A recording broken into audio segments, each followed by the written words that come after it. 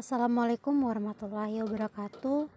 Kami dari kelompok E yang beranggota Atik Lestari 2018-017-015 dan Monica Lorenza 2018-017-019. Di sini kami akan membahas tentang kajian perpajakan dalam penyerahan barang di luar daerah pabean.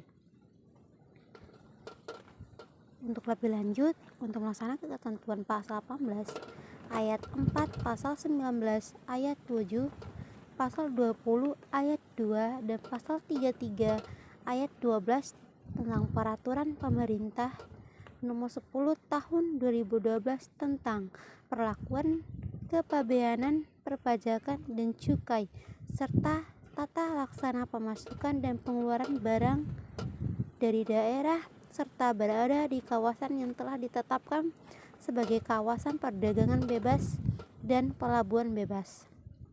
Perlu penetapan peraturan Menteri Keuangan tentang tata cara pengawasan, mengadministrasi pembayaran serta pelunasan pajak pertambahan nilai dan pajak penjualan atas barang mewah atas pengeluaran penyerahan barang kena pajak dan jasa kena pajak dari kawasan bebas ke tempat lain dalam daerah pabean, dan pemasukan atau penyerahan barang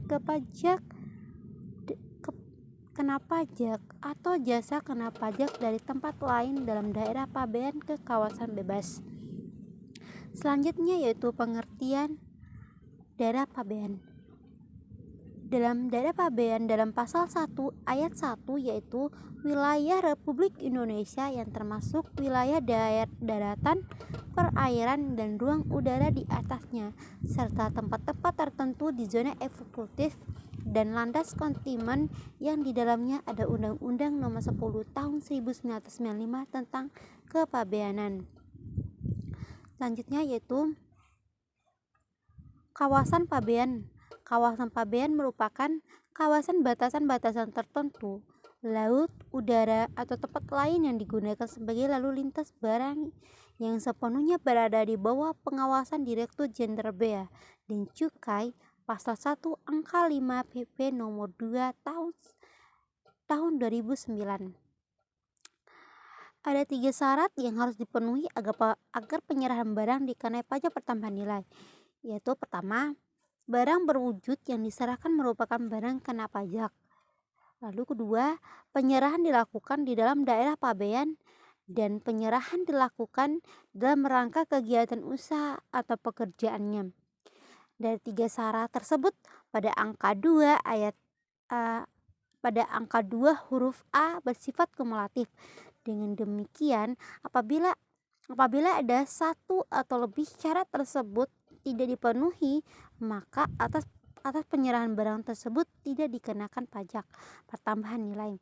Dengan demikian, apabila pengusaha kena pajak melakukan transaksi penyerahan barang kena pajak yang secara nyata atau secara fisik berada di luar daerah pabean, atau penyerahan hak atas barang kena pajak yang nyata berada di luar daerah pabean yang dibuktikan dengan akta atau bukti otentik yang mendukung fakta terjadinya transaksi tersebut, maka tidak dikenakan pajak pertambahan nilai.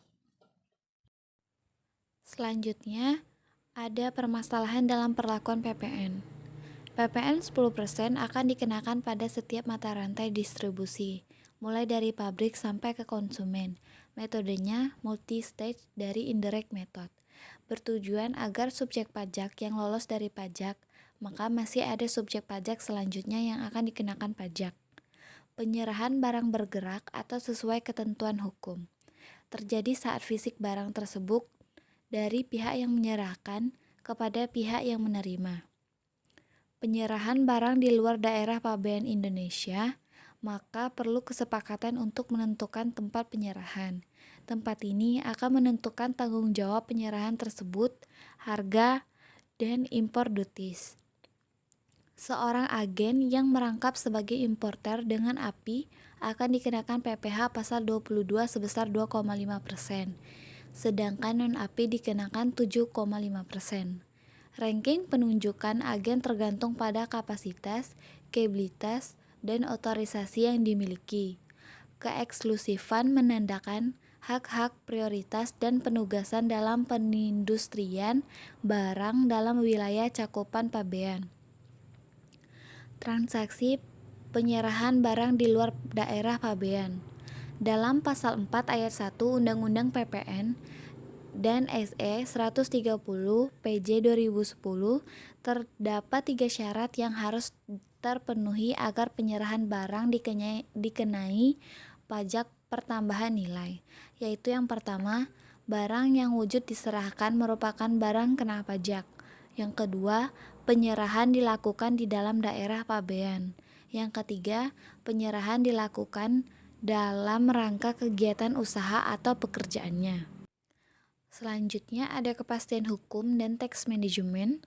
Wajib pajak dalam kedudukan sebagai PT Trader Indonesia dalam contohnya perlu membantu tax planning untuk menghindari beban pajak yang tidak perlu, baik karena PPN yang menjadi tanggungan sendiri maupun karena retribusi PPN-nya tidak diterima oleh fiskus yang ujungnya akan menggerus profit perusahaan.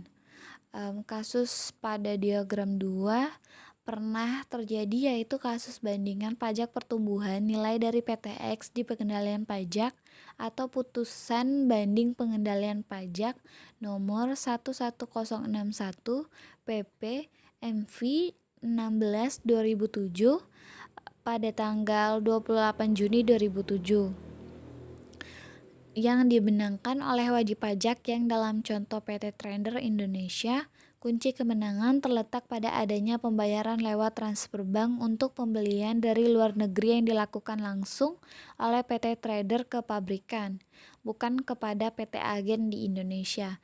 Perbedaan kasusnya hanya pada keagenan. Kalau PTX sebagai trader bertransaksi langsung di prinsipal. Demikian hasil diskusi dari kelompok kami. Wabillahi taufiq walhidayah. Wassalamualaikum warahmatullahi wabarakatuh. Salam dan bahagia.